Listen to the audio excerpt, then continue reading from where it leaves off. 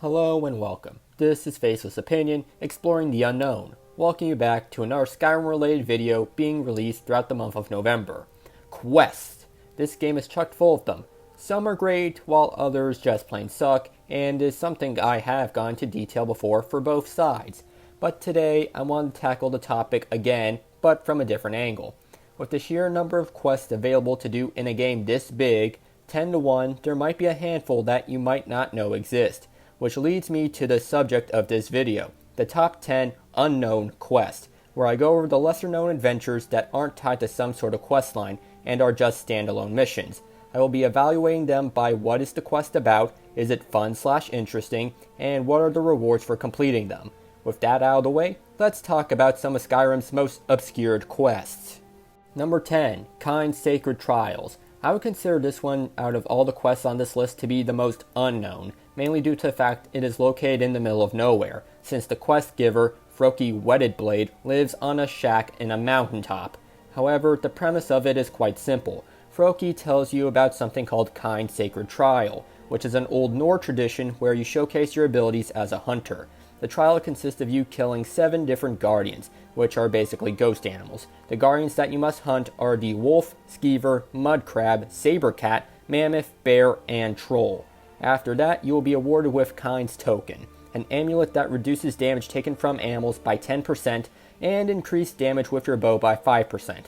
Honestly, this is an easy quest and shouldn't give you much trouble, but I gotta say that Kyne's Token is probably one of the worst loot items in the game. Animal damage, who cares about that? Unless you're fighting mammoths constantly, that is kinda stupid. While for the bow damage, many different items can give you that enchantment and better versions of it as well, so all in all, not really worth doing. Number 9, the Heart of Dibella. Sacrilege is a serious offense and those who commit it must pay for their transgression, which is how this quest plays out. After getting caught sneaking into the Temple of Dibella in an attempt to steal a statue, for punishment, you must go on a quest to find a young girl who is going to become the next Sibyl of Dibella. What is a Sibyl? Think of it like the title of Pope. Upon finding and rescuing the girl from the Forsworn, you take her back to the Temple of Dibella in Markarth. Then you must pray in front of an altar of Dibella, which will give you the permanent effect called Agent of Dibella, which grants you 10% more damage to members of the opposite sex, as well as unlocking Senna, a Dibellan priestess, as a potential candidate for marriage, if you are interested. I have 2 issues with this quest. First being that you would think that this would be more important than it should be. We're going out and bringing back the Pope of a religion. I feel like this should be a bigger deal in-world, and it's not. And the second being is, I don't know about you, but the Agent of Dibella effect is not that great. I guess mainly because I always play as a male character and most NPCs I fight are usually male, which makes it a little awkward and not as helpful. Number 8, the Pale Lady. Over at Frostmere Crypt, there is some infighting between a group of bandits, where apparently a bandit named Rajir stole the gang leader's sword in order to stop a mysterious figure named the Pale Lady. While traveling through the crypt, you will find journals and a note from Rajir, Kyr, the bandit leader, and Isa Blackthorn, the person who gives you the quest, which fills in the blanks about the sword, the group, and the Pale Lady. Upon reaching the end, you will encounter the Pale Lady, which is a wisp mother alongside her wisps. You are given 2 choices on how this quest ends, by either A, killing the Pale Lady, or B, returning the sword to the altar, which appeases the Pale Lady.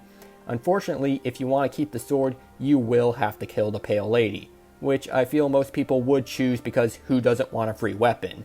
The Pale Blade deals 25 points of frost damage and causes enemies up to level 16 to flee from combat for 30 seconds. Also get one of the words for the ice form shout here. This quest in concept is cool, since it is rare to encounter wisps and wisp mothers, but the big issue that I have with it is that it is incredibly buggy and may not work properly, which has happened to me quite a few times. Number 7, Ancestral Worship.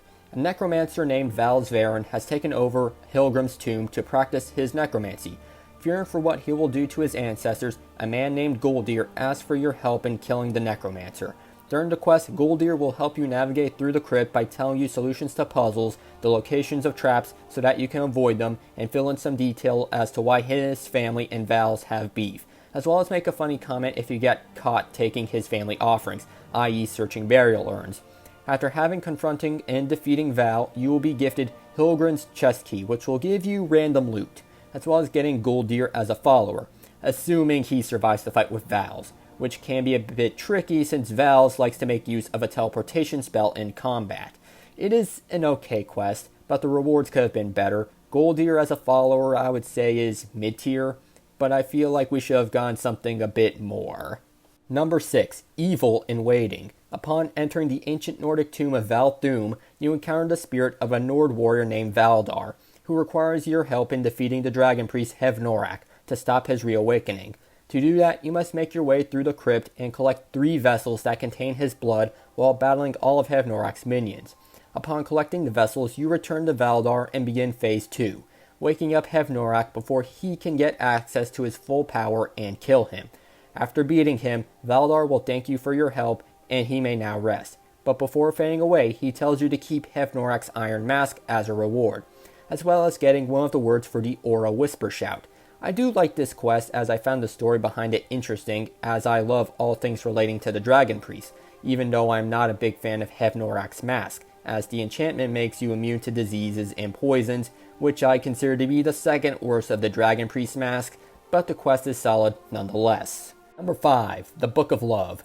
Who wants to be a matchmaker to help the people of Skyrim find love? Well, I have the quest for you. All you have to do is talk to Dinya Balu over at the Temple of Mara in Riften.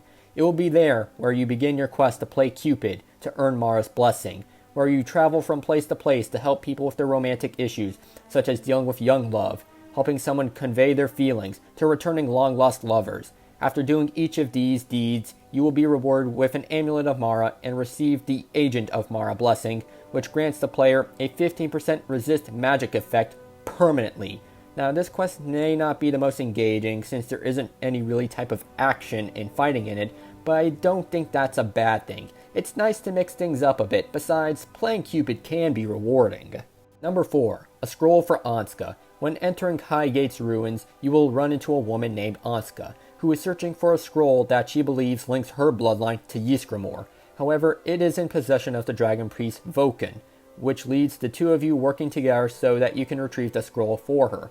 After navigating the ruin, defeating Vulcan, and giving Anska the scroll, she will thank you for your help and will give you a spell tome for a unique spell called Conjure Flaming Familiar, which lets you summon a flaming familiar that will charge enemies and explodes in front of them, as well as receiving one of the words for the Storm Call shout and getting Vulcan's mask as well, which makes illusions, conjuration, and alteration spells cost 20% less magicka to cast.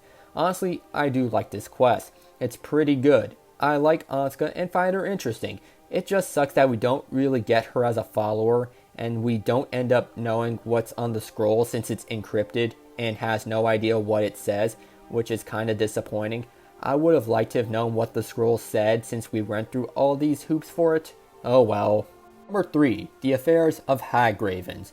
All I gotta say for this one is that this is bonkers. While exploring Blind Cliff Cave, you come across a Hagraven named Melka, and apparently she's feuding with another Hagraven named Petra, because apparently Petra attacked Melka and took control of her home and locked her in a cage. So Melka asks for your help to release her and to find that bitch Petra and take her down.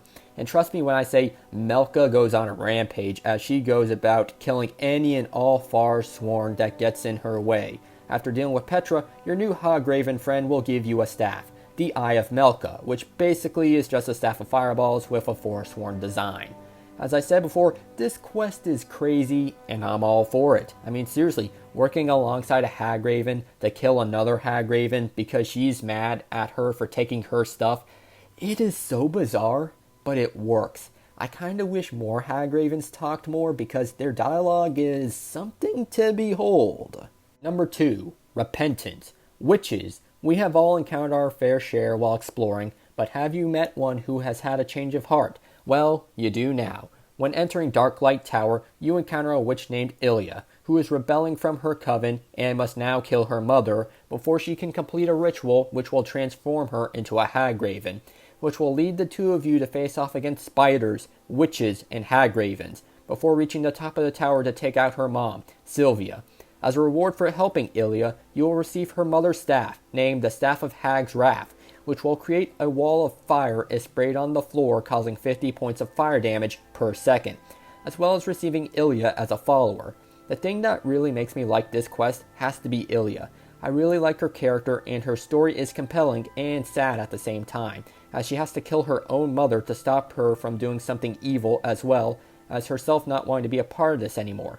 Not to mention, Ilya is a pretty good follower, definitely underrated, as she has access to some pretty solid spells like Iron Flesh, Ice Storm, Icy Spear, Fast Healing, and Frost Cloak, making her one of the better magic-based followers. Number 1. Siege on the Dragon Cult. I love the Dragon Priests, and I also like quests involving them, which leads us to our current entry. When reaching the outside of the Nordic ruin of Forlhast, you will be greeted by a Captain Valmir, who will be wearing the outfit of either a Legionnaire or a Stormcloak, dependent on which side you are a part of, who says he is on an urgent mission to recover a powerful item within the ruin. Like all other crypts, you must fight Draugr and avoid all the traps.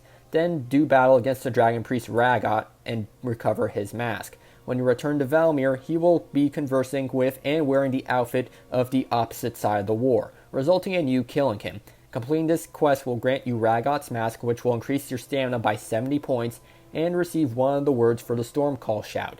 I enjoyed this quest as it explores the lore of the Dragon Cult, and also shows us that the Thalmor have a vested interest when it comes to the Dragon Priest masks as well.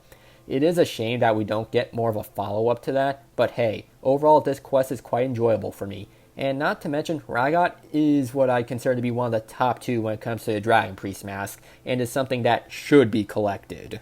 Right, that should about do it. That is the top 10 unknown quests in Skyrim, or the lesser known quests, or however you want to classify them. Do you agree with my choices? Do you think a certain quest should have been on the list? Have you ever heard of some of these quests before today? Comment down below. Now if you enjoyed the video, be sure to leave a like and make sure you subscribe for more Skyrim content. Now until next time, I'll catch you all on the flip side.